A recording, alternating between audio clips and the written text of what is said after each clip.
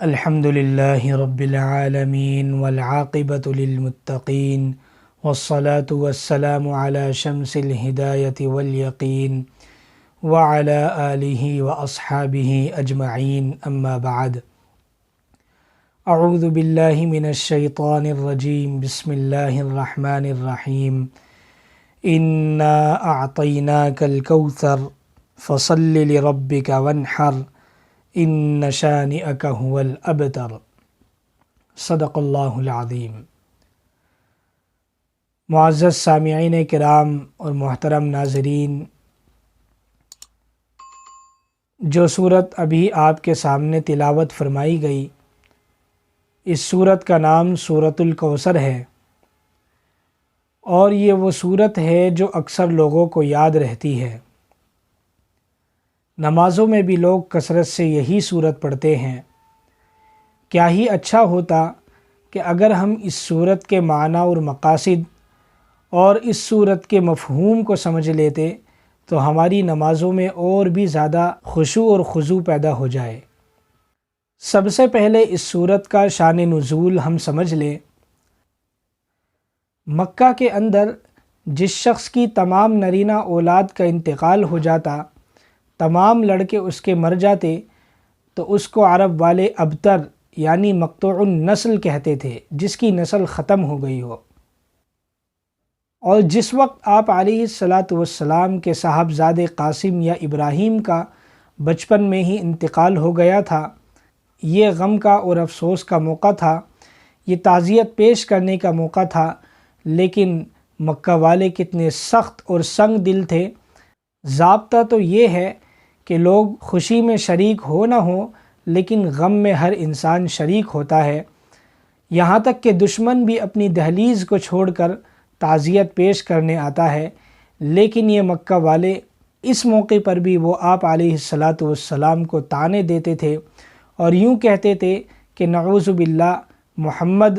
ابتر یعنی مقطوع النسل ہو گئے ہیں، ان کی نسل ختم ہو گئی ہے۔ اور یہ کہنے والوں میں عاص بن وائل کا نام خاص طور پر ذکر کیا جاتا ہے۔ اس کمبخت اور نامراد کے سامنے جب حضور اکرم صلی اللہ علیہ وسلم کا ذکر کیا جاتا تو یوں کہتا کہ ان کی تو بات ہی چھوڑ دو، یہ تو مقطوع النسل ہو گئے ہیں، یہ تو ابتر ہو گئے ہیں، اب ان کی نسل ختم ہو چکی ہے۔ یہ جس دین اسلام کی تبلیغ کر رہے ہیں، یہ چند دن کا دین ہے، یہ چند دن کا اسلام ہے، جس دن یہ اس دنیا سے گزر جائیں گے، ان کا دین بھی ختم ہو جائے گا، ان کا نام بھی ختم ہو جائے گا، ان کا نام لینے والا کوئی نہ رہے گا۔ ان کے اسی قول کی تردید اللہ رب العزت نے اس سورت کے اندر فرمائی ہے۔ فرمایا انا اعطیناک الکوثر، کہ اے نبی جی، ہم نے آپ کو خیر کثیر عطا فرمائی ہے۔ خیر کثیر سے کیا مراد ہے؟ امام بخاری علیہ الرحمہ نے حضرت ابن عباس کا قول نقل کرتے ہوئے فرمایا کہ حضرت ابن عباس رضی اللہ عنہ فرماتے ہیں کہ کوثر سے مراد وہ خیر کثیر ہے جو اللہ تبارک و تعالی نے محمد صلی اللہ علیہ وسلم کو عطا فرمائی ہے۔ ابن عباس رضی اللہ عنہ کے خاص شاگرد سعید بن جبیر رحمۃ اللہ علیہ سے کسی نے کہا کہ بعض لوگ کہتے ہیں کہ کوثر جنت کی ایک نہر کا نام ہے۔ سعید بن جبیر رحمۃ اللہ علیہ نے جواب دیا کہ ابن عباس کا قول اس کے منافی نہیں ہے، بلکہ کوثر جس کے بارے میں ابن عباس رضی اللہ عنہ نے فرمایا کہ یہ خیر کثیر ہے، اس خیر کثیر میں جنت کی نہر کوثر بھی داخل ہے۔ اسی لیے امام تفسیر مجاہد رحمۃ اللہ علیہ نے کوثر کی تفسیر میں فرمایا کہ یہ دنیا اور آخرت دونوں کی خیر کثیر ہے، اس میں جنت کی نہر کوثر بھی داخل ہے۔ اس کا پتہ اس حدیث سے چلتا ہے جس کو امام بخاری نے، ابو داود نے، نسائی نے اور امام مسلم نے حضرت انس رضی اللہ عنہ سے روایت کیا ہے۔ حضرت انس فرماتے ہیں کہ ایک روز آپ علیہ السلام ہمارے درمیان تشریف فرما تھے، اچانک آپ پر نیند کسی کیفیت یا بے ہوشی کسی کیفیت طاری ہوئی، تھوڑی دیر بعد افاقہ ہوا تو مسکراتے ہوئے سر مبارک اٹھایا۔ صحابہ نے پوچھا یا رسول اللہ، اس مسکرانے کی وجہ کیا ہے؟ آپ علیہ السلام نے فرمایا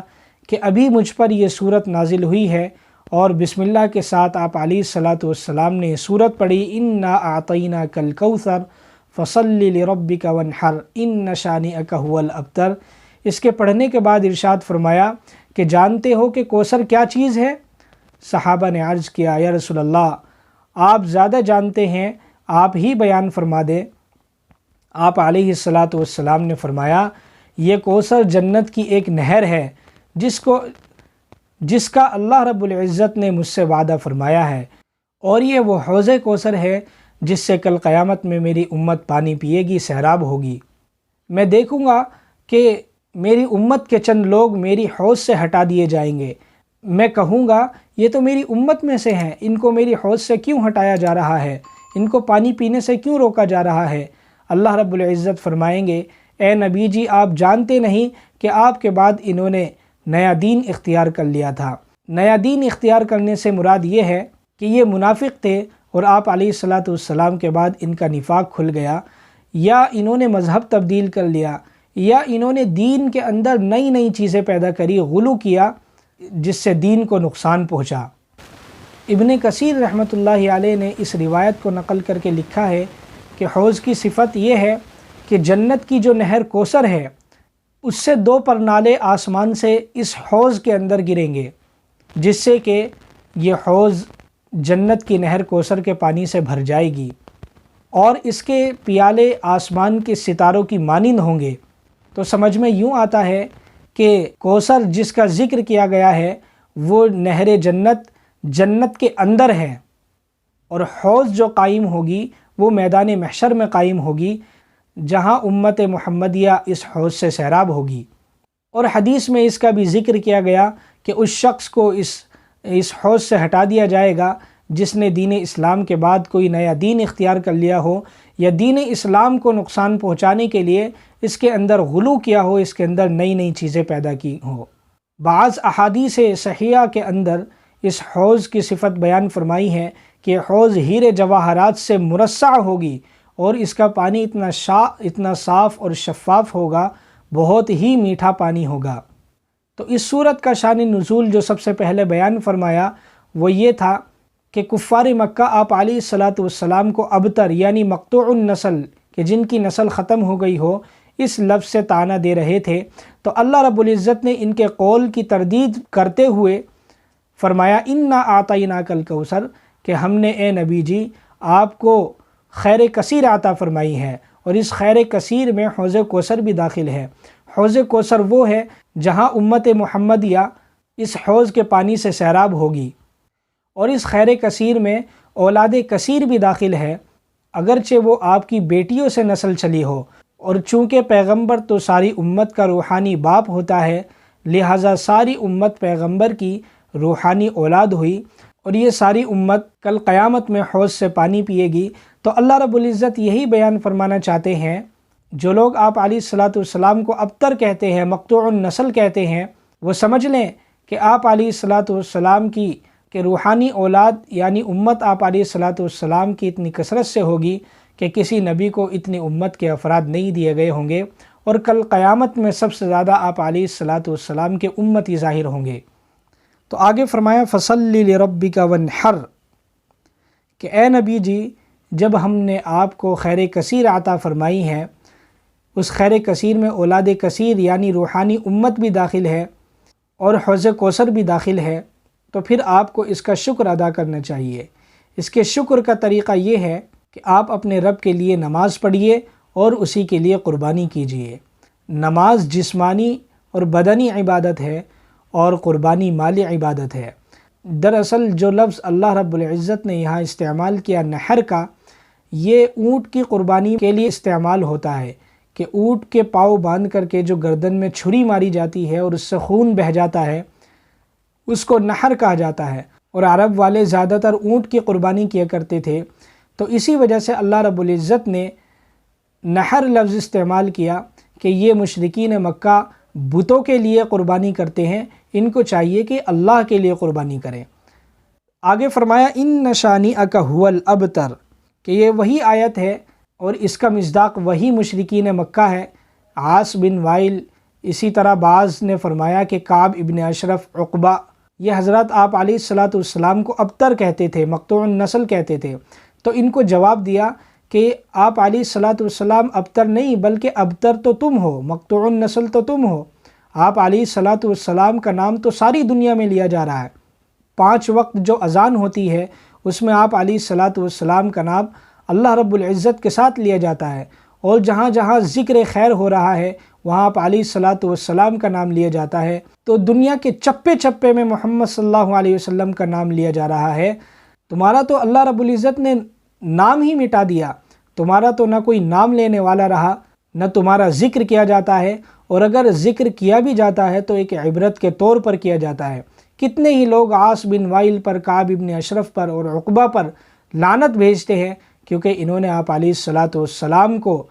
طعنے دیے ہیں، گالیاں دی ہیں، اور آپ علیہ الصلاۃ والسلام کو طرح طرح سے پریشان کیا ہے، اور یہ بتلا دیا کہ آپ علیہ الصلاۃ والسلام کی اگر نسبی اولاد نہیں ہے تو روحانی اولاد تو ہے جو قیامت تک باقی رہے گی، اور قیامت میں بھی وہ حوض کوثر پر جمع ہوگی، اور جس کے جمع ہونے کی تعداد سارے انبیاء کی امت کی تعداد سے بھی زیادہ ہوگی۔ تو وہاں ان کو پتہ چلے گا کہ آپ علیہ الصلاۃ والسلام حقیقت میں مقطوع النسل نہیں ہے۔ تو سمجھ میں یوں آتا ہے کہ ہمیں کسی کو نہ ہی طعنے دینی چاہیے، نہ ہی اس کی طرف کسی عیب کو منسوب کرنا چاہیے۔ ہو سکتا ہے کہ اللہ رب العزت ہمیں اسی عیب کے اندر، اسی طعنے کے اندر مبتلا فرما دے کہ جس طرح اللہ رب العزت نے عاص بن وائل کو، عقبہ کو اور کعب ابن اشرف کو اس عیب کے اندر داخل فرمایا کہ آپ علیہ الصلاۃ والسلام کا تو نام ساری دنیا میں لیا جا رہا ہے لیکن ان کا نام لینے والا کوئی نہ رہا۔ اللہ رب العزت ہمیں